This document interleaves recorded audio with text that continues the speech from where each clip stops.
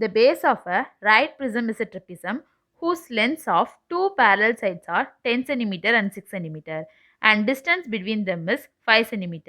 If the height of the prism is 8 cm, its volume is.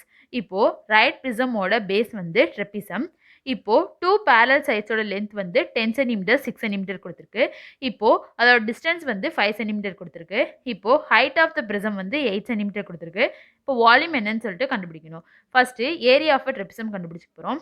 Area of ட்ரெபிசம் கண்டுபிடிக்க formula என்னன்னா 1/2 into height into base 1 plus base 2 அதை எழுதியிருக்கோம்.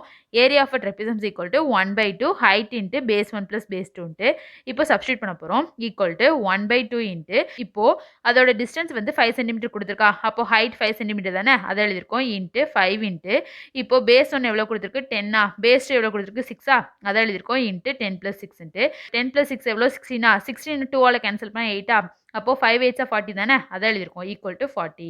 Area of trapeziums equal to 40. இப்போ volume தானே கண்டுபிடிக்கணும். Volume of prism formula ஆனது base into ஹைட்டா அதை எழுதியிருக்கோம். Therefore volume of prisms equal to base into height. இப்போ சப்ஸ்டியூட் பண்ண போகிறோம்.